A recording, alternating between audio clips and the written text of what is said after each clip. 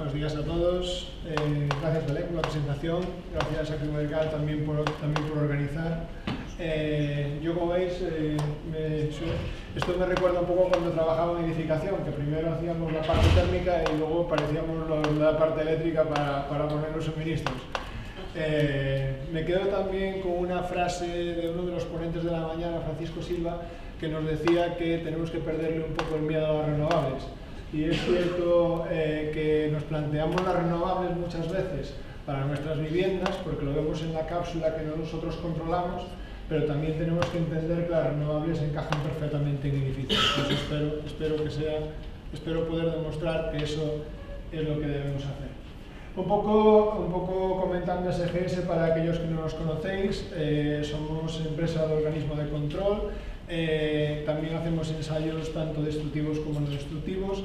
Tenemos una fase de inspección, como decía, en donde inspeccionamos como OCA, sistema de certificación, y la parte a la que pertenezco yo, que es de consultoría, es decir, con todo lo que aprendemos de lo que normalmente revisamos, pues lo aprovechamos pues, para hacer la consultoría al principio de los trabajos. También un poco de formación, que también tocaré ligeramente. Ya lo han presentado, con lo cual esta la paso, la dejo para la siguiente, si quiere, maldito. Ahora, perfecto. Vale, en el autoconsumo, algo muy rápido, porque esto seguramente todos estamos familiarizados. El autoconsumo normalmente lo tenemos sin excedentes, que es cuando no mandamos energía a la red.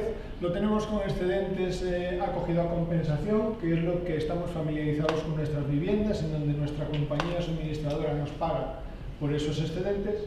Y luego tenemos con excedentes no acogida a compensación. Cuando superamos una cierta potencia, esos excedentes los vendemos y tenemos que llegar a un acuerdo con la suministradora. Lo pongo como concepto porque luego lo usaré.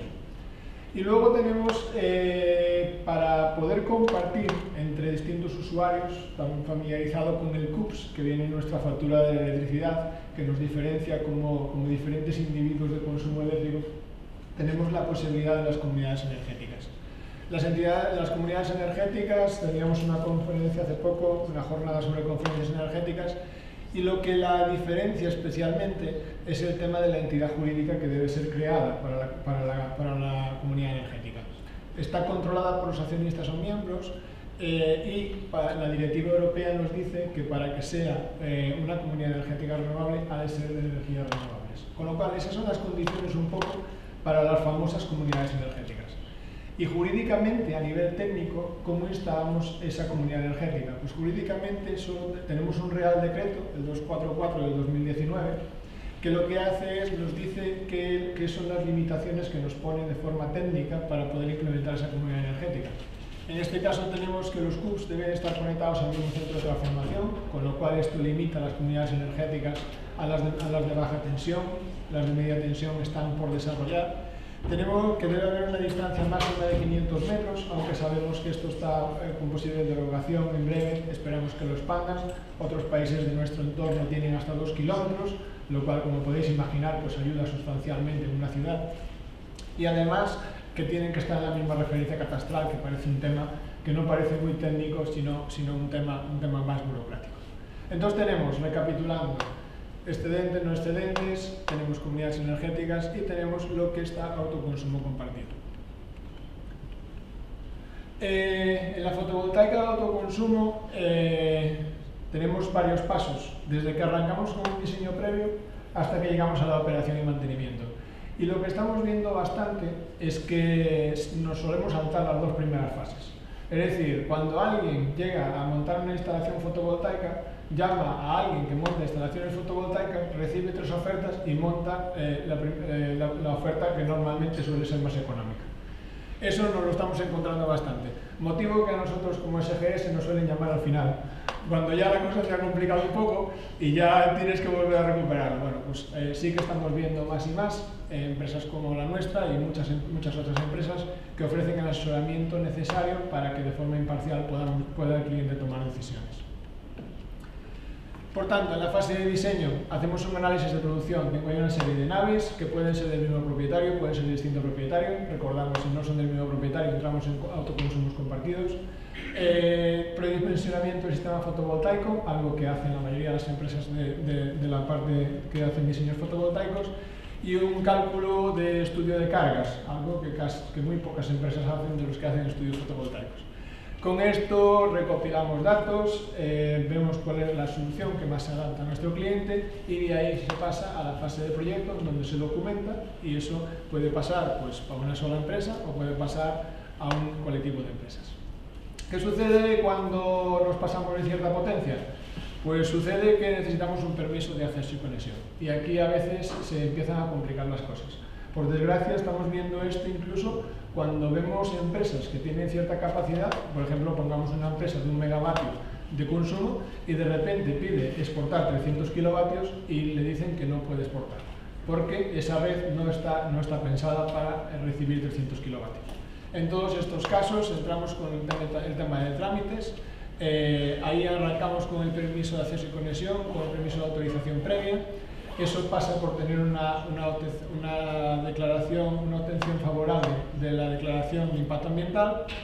Ahí obtenemos la autorización administrativa, solicitamos la autorización administrativa de construcción y cuando tenemos la planta ya construida, la de explotación.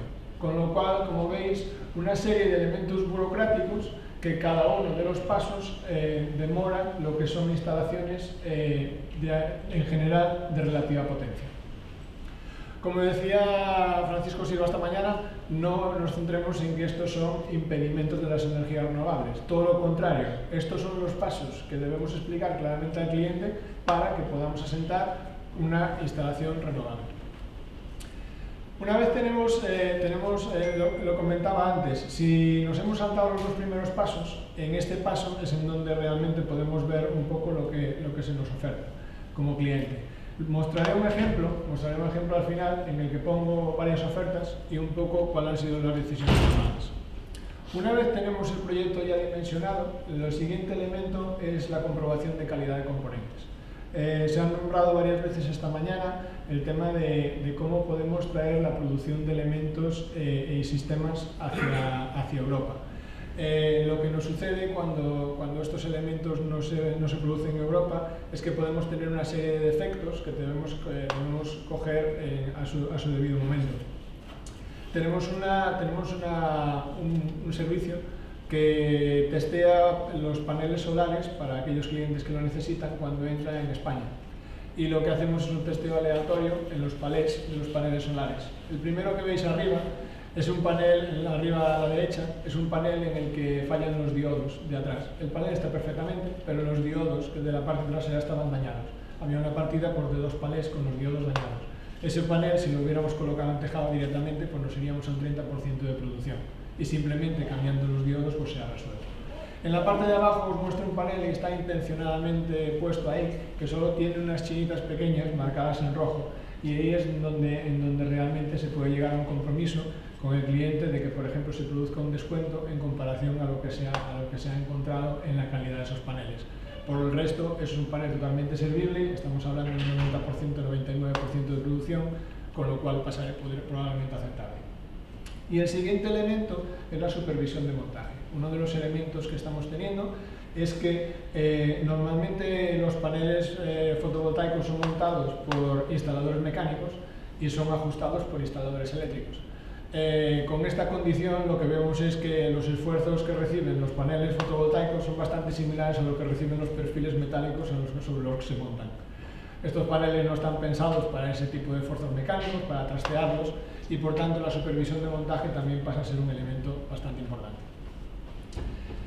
¿Dónde estamos montando los paneles en autoconsumo? Lo estamos montando en cubiertas. Es un elemento que en nuestra cultura de trabajo la seguridad está básicamente asociado a lo que son cambios de cubiertas, tanto en la parte estructural como en la parte de la cubierta en sí, y ese personal sí ya tenía una prevención de riesgos adaptada.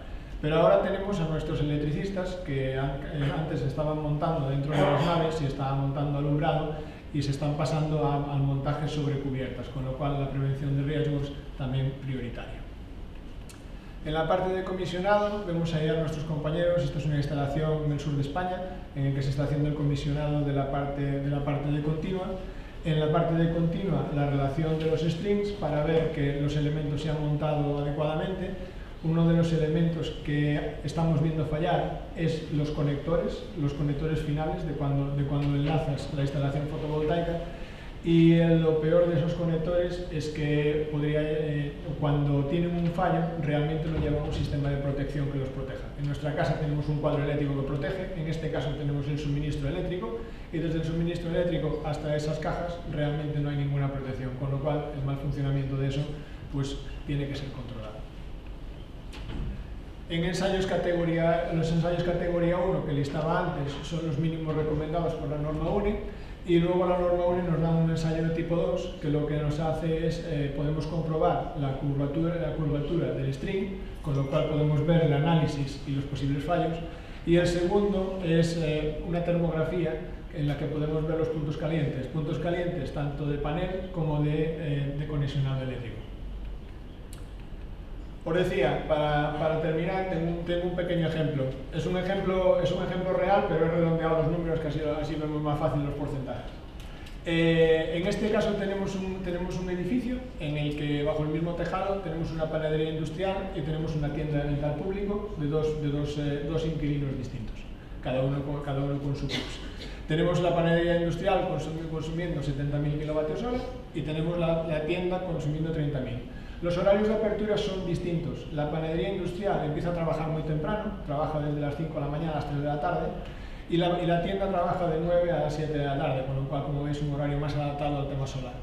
Luego vemos las horas solares, porque también es cierto que muchos consumos se producen en neveras, con lo cual vemos en verde lo que son los consumos solares. Y esos son realmente lo que vamos a compensar, a menos que no pongamos baterías. En este caso, un ejemplo, sin baterías. A este cliente se le plantean tres ofertas. Una para la panadería sin excedentes, otra para la panadería con excedentes de 30 kilovatios, y luego se plantea una tercera oferta que es para la panadería y la tienda en autoconsumo compartido. Y la primera pregunta que se nos viene a la cabeza es ¿cuál de las tres es correcta? Pues las tres son correctas.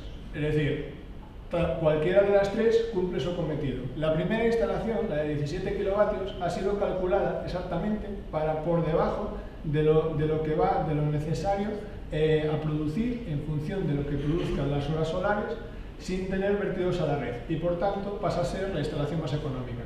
La segunda ha sido calculada para que sobren excedentes, de forma que cualquiera que sea la variación que tenemos durante los distintos días, siempre tengamos cobertura y el resto se pague, en este caso, por compensación. Y la tercera pasa a ser la más completa, porque no solo suministra energía solar a la panadería, sino que también la suministra a la tienda. Si veis las líneas del medio, hacia la última columna, veis el 50% de autoconsumo en la panadería, y vemos un 53% de consumo sobre la tienda. La tercera línea por el final nos indica el autoconsumo total. Como veis, las dos primeras entre el 29 y el 31%, y lo que quiero llegar con esta conclusión es que cuando hacemos comunidades energéticas, o en este caso un autoconsumo compartido, llegamos al 51% de la compensación de energía, teniendo en cuenta lo que nos favorece también la diferencia de horarios y la diferencia de consumo. Con lo cual, un ejemplo relativamente sencillo para explicar cómo, si nos juntamos, realmente podemos aprovechar mucho más la energía de nuestros tejados. Espero que haya sido de agrado. Muchas gracias a todos.